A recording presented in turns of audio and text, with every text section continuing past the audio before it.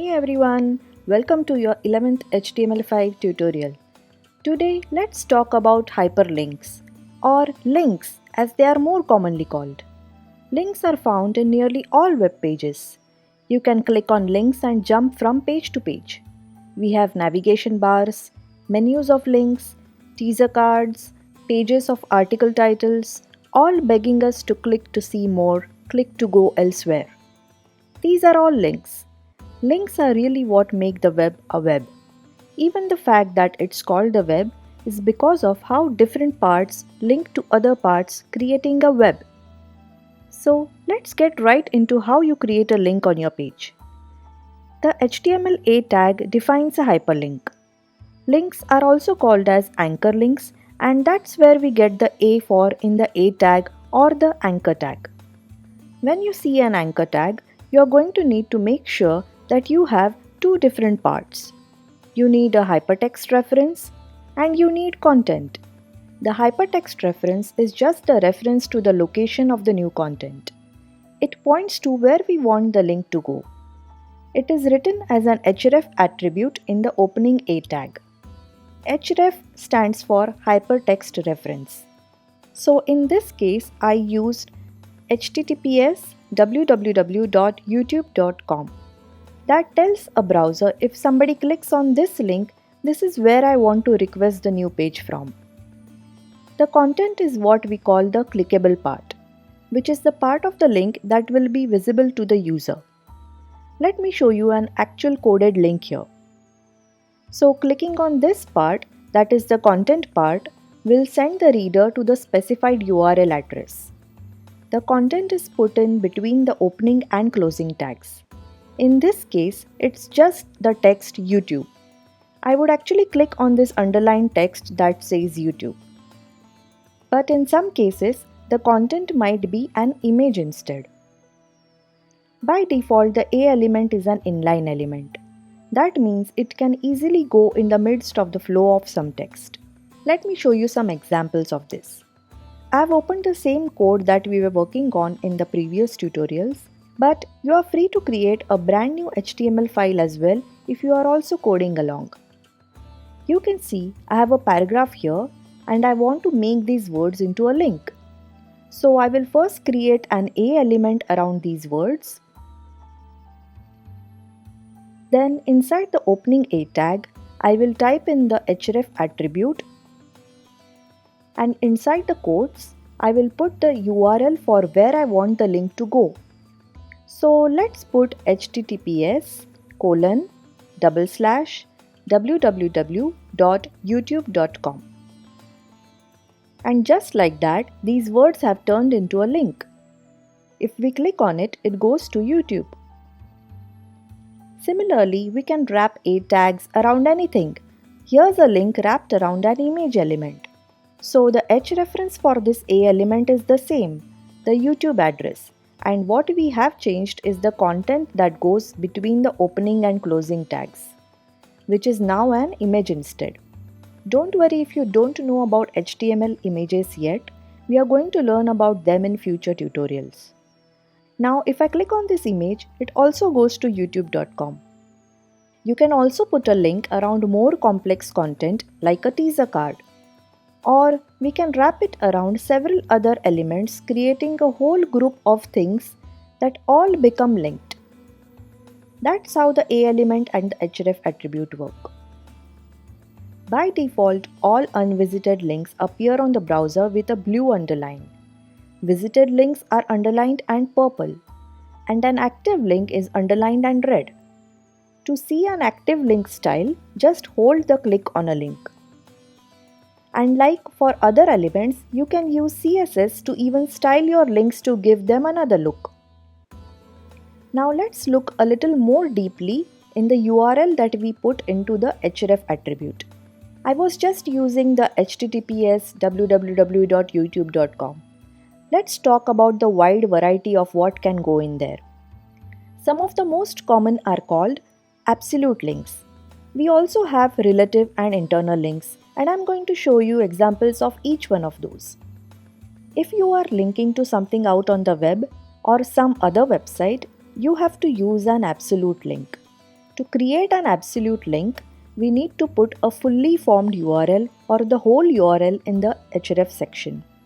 Some URLs point to the homepage of a site, others point to content deeper in, and you need to have the HTTP or HTTPS, the address, and any type of extra document name you want to point to a specific place on the web, an absolute place.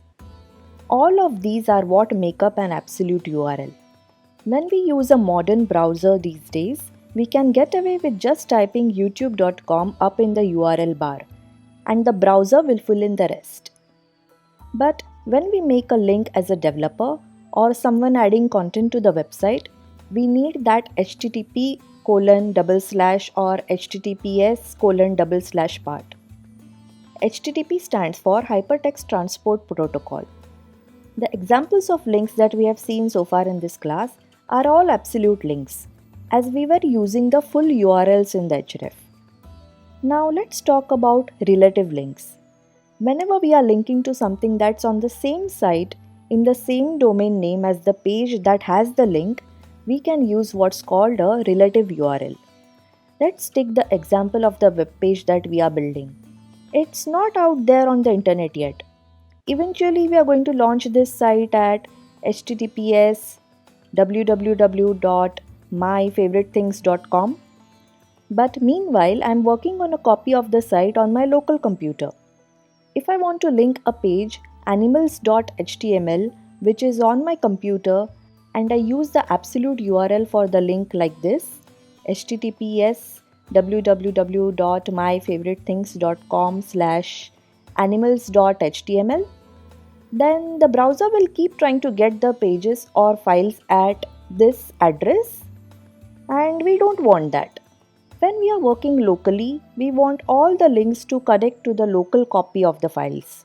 We want a way to leave out the HTTPS part of the URL and have the browser still know where to find the files.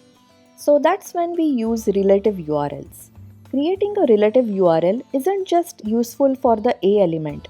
This is a skill we will use to point to image files, CSS, JavaScript files, anytime we need to specify a path to a file. So how do we form a relative URL from scratch? Well, for that you need to understand how our files are organized. So I have saved the code file that we were working on as index.html, as it is the main page of our site, and I have saved this file in a folder called first project. I've also gone ahead and created an animals.html file with some basic code in this same first project folder. Now what if I wanted to link the animals page with this index.html file? That page is not out there on the web, so we cannot use an absolute URL. So in this case we need to use a relative URL. So let's go back to our index.html and first create the A element. And in the href, we can simply put animals.html and write our clickable text. Now if I click on it, it takes me to the animals page. Great! It worked because the animals.html file is located in the same folder as the index.html file, which is our first project folder. But what if I had another animals.html file in another folder and wanted to link to it? So I've already created a folder named another folder inside our first project folder and copied the same animals.html file in it. Now going back to our index.html, let's create another A element to link to this other animals file. Now our relative URL here will be another folder /animals.html. So this file path points to a file in a folder named another folder located in the current folder, which is our first project folder. Similarly, if you wanted to go slightly deeper than that, then you could use a file path which reads like this: /another folder /animals.html, which points to a file in another folder which is located in the folder one level up from the current folder. In our case, the current folder is first project, so we look one level up from it. If it were one dot here, it means look in the current folder itself. And two dots mean look one level up outside the current folder. Now, one of the things that you need to make sure that you never do is have a link that includes something like c:/animals.html or anything that is very specific to your computer. So always double check your links. The reason that you don't want to do that is if you put your page out on the web or you host your website and you want other people to click, well, it doesn't make sense that they would be able to access pages that are on your computer. So never ever have a reference that includes something local to your machine. Making a well-structured and elegant URL in our web pages is an art. You must really put a thought into how you organize your code. The next type of link that I want to talk about is the internal link. It's used when you want to link to another section on the same page. Let's say you want to jump to the ramen recipe section on this same page. So first you have to give an ID attribute to this section element. Make sure to put a unique name here in the quotes as the ID value shouldn't be repeated anywhere on the same website. And after that, we can go ahead and make a link as usual anywhere we want using the A element. And in the href, we will put hash or pound followed by whatever ID name the section you want to go to has. So in our case, we put the ramen recipe. Next, let's not forget the clickable part. Now, if you click on it, we are taken to this recipe section here. So with these type of internal links, I can click on any of these and navigate within the same page. I'm not going to go to a different page. I'm not going to open up a new tab. Instead, I'm going to jump to different places within the page. There are also two other types of links that I want to talk about that go in the href attribute. They are the mail to and tell links. You can use mail to inside the href attribute to create a link that opens the website user's email program to let them send an email. This is usually used in contact sections of web pages or on resumes. But it is not recommended to write mail to on public web pages as robot harvesters will quickly lead to a lot of spam sent to the address. In that case, it is better to lead to a page containing a contact form. The next one is the tell link, which is a link to a phone number. Tell link behavior varies with device capabilities. Cellular devices auto-dial the number. If you click on the tell link from your laptop or PC, then most operating systems have programs that can make calls like Skype or FaceTime to that number. Now, if you had noticed, while clicking on the absolute links, the new web pages opened in the same tab as our index.html file.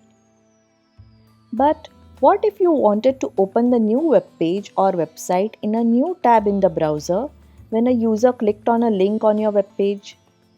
Well, it's possible to control the opening of links in the same or a different tab by using the target attribute on our anchor tag. If you write target equals _ self, then the new link will open in the same tab or window as your current page. And this is also the default action of the browser. It always happens even if you don't put any target at all. If you put target equals _ blank, you're going to leave the current page you are in exactly the same and open up a new tab or window for where you want the new page to be opened. The upside is that your site is still open in someone's window and they can easily click on your site's tab again to come back. The downside is that many people don't like it when it keeps adding on and as they progress to your page, you're making them open more and more tabs. Target equals blank sometimes also poses some security concerns, but we are not going to go into that now. Also, remember that most of your visitors nowadays are mobile users, and mobile browsing causes them to leave your platform anyway to access a linked website. So, you have little to lose by removing target equals blank from your anchor tags. There are two other options, top and parent, that we are not going to really go in detail here, but they deal with the idea of having multiple windows, frames, etc. open. Now let's talk about the content or clickable part of your link. You should always make sure that the clickable part of your link has an informative name. There's software out there that can list all of the links within a page for people who can't use the regular means of accessing the page. It is not at all helpful to them if all the links are labeled click here, right? You want to give it some sort of informative name. One of the tricks I want to point out here is that as I hover over each one of these links, if you look at the very bottom of my browser, it shows you which URL you are going to. And I think this is very valuable for people to know because if you are hovering over a link and the information you see at the bottom of the page doesn't match what is written in the clickable part of the link, then you wouldn't want to click on that link. You also want to make sure that if you are using an image for the clickable portion of your link, that image needs to have some sort of alternative text or other information available to those who can't see the image. And that's it for today. Now let's go ahead and review because making sure that you understand links is really important in understanding HTML. So the first thing you need to know is a page without links is extremely rare. And to be honest, it's almost not even a web page, it's just a document. Links can be absolute, relative, or internal. You can even have links to an email address or a phone number. If you are linking to somebody else's page, absolutely use the absolute link with the full reference in the href. Use relative links when you are developing your own website. Internal links was the kind where they had the hash mark in them. They are used to navigate to different places within the same page. Always take into consideration the usability and accessibility of your links. Double check to make sure that they have the correct file path and that the clickable components are meaningful and informative. So that's all for now. If you would like to have the code for this entire web page, then I have put the links in the description below. So don't forget to check them out. Also, let me know in the comments if you have any questions. This is Jutika signing off. Until next time, keep learning and keep coding.